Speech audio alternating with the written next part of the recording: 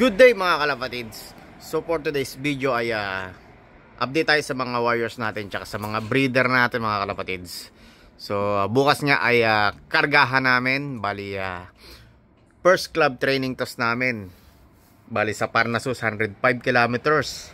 So bali start na nung race namin sa Sabado mga kalapatids.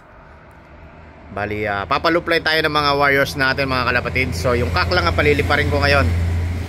Tapos update natin yung mga painakay natin mga kalapatids.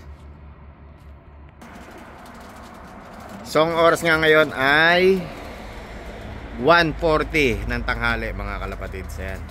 So paliparin natin yung 12 kak natin mga kalapatids.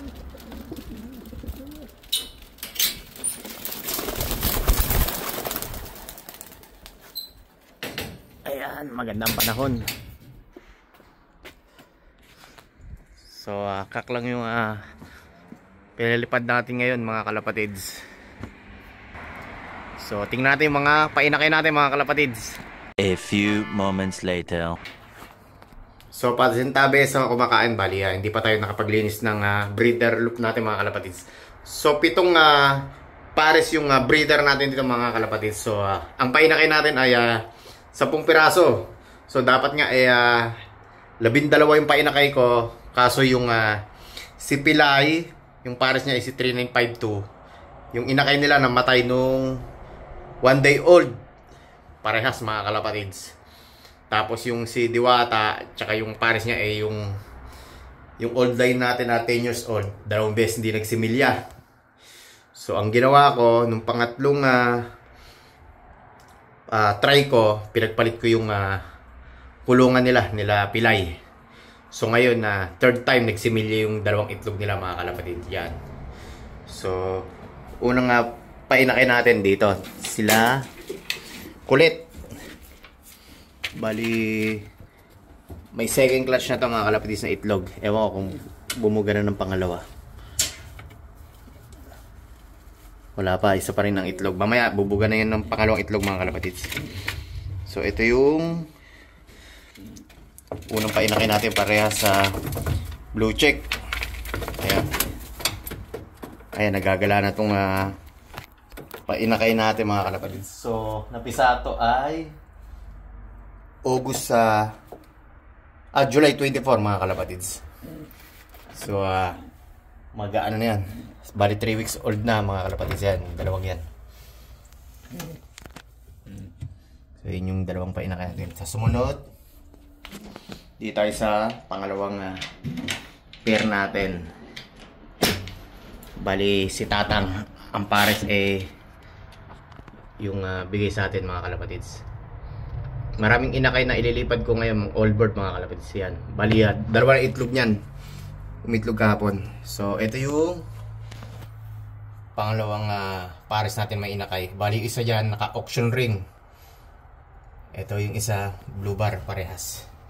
Ito, si Tatang mga kalapatids.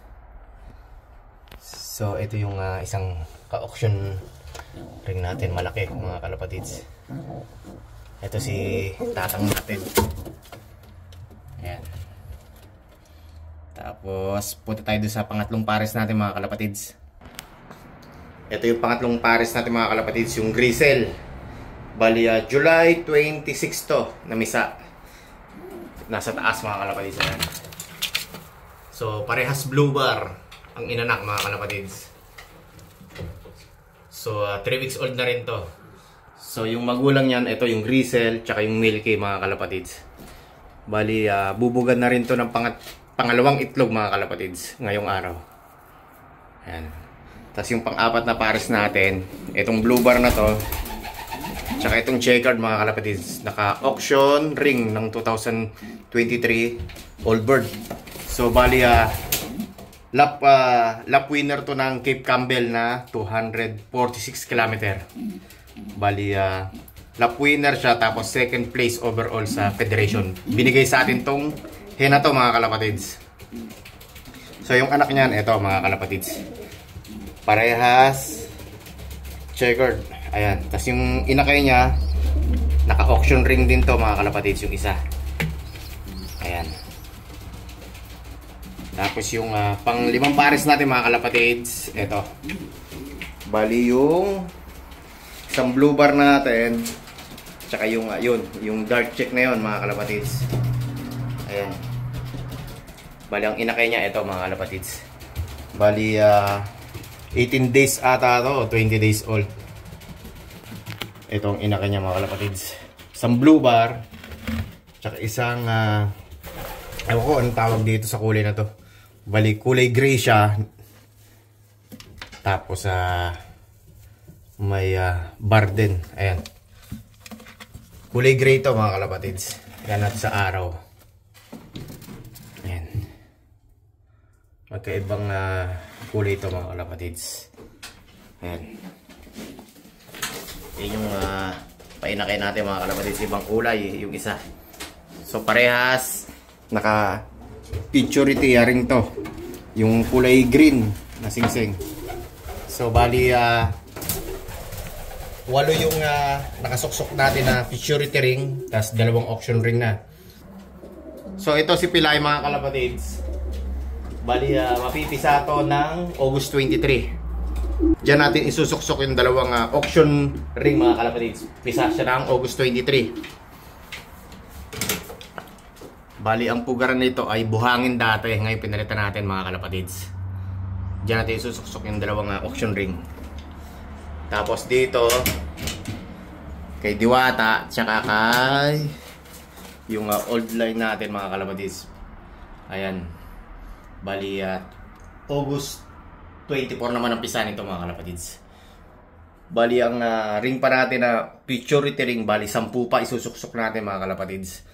Tapos 2 auction na ring. Tapos 5, nalimutan ko yung tawag doon sa 5 produce ring, 5. Tapos yung 3 ay club ring. Bali i-squeaker natin yun mga kalapatids. Yung race, may race kasi na squeaker race lang. Yung 3 club ring, doon natin isusuksok. So yun yung update natin sa mga young bird natin dito mga kalapatids. So 10, bali ang ibibreed ko ay 30 na young bird mga kalapatids. So marami-rami pa yung hahabulin ko. Bali kung mag-itlog to lahat, bali 14. So bali 6 na lang ihahabol ko. So tig 2 pang clutch dito, 2 clutch. Tapos yung iba babaklasin ko, isa-shuffle ko mga kalapatids. So tingnan natin yung mga wires natin na mga kalapatids, yung pinalipad natin. Ito pa yung mga wires natin mga kalapatids. Ayun, maganda ang panahon mga kalapatids. So Friday bukas, kakarga natin yung mga wires natin. So Friday karga, tapos Sabado ang release mga kalapatids. So abangan na ulit tayo mga kalapatids.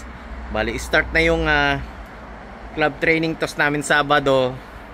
Tapos yung first lap namin ay kay Kura, 159 kilometers ata yun mga kalapatids.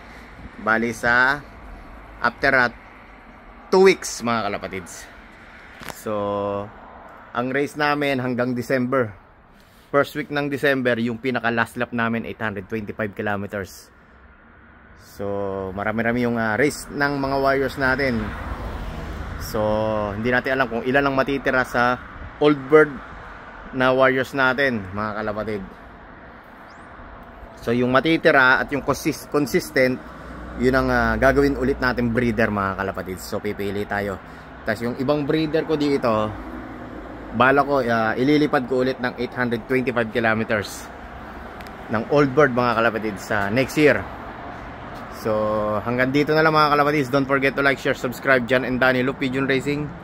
Ingat and happy flying sa inyong lahat. God bless mga kalapatids. So bukas kargahan. Kita-kits ulit sa abangan.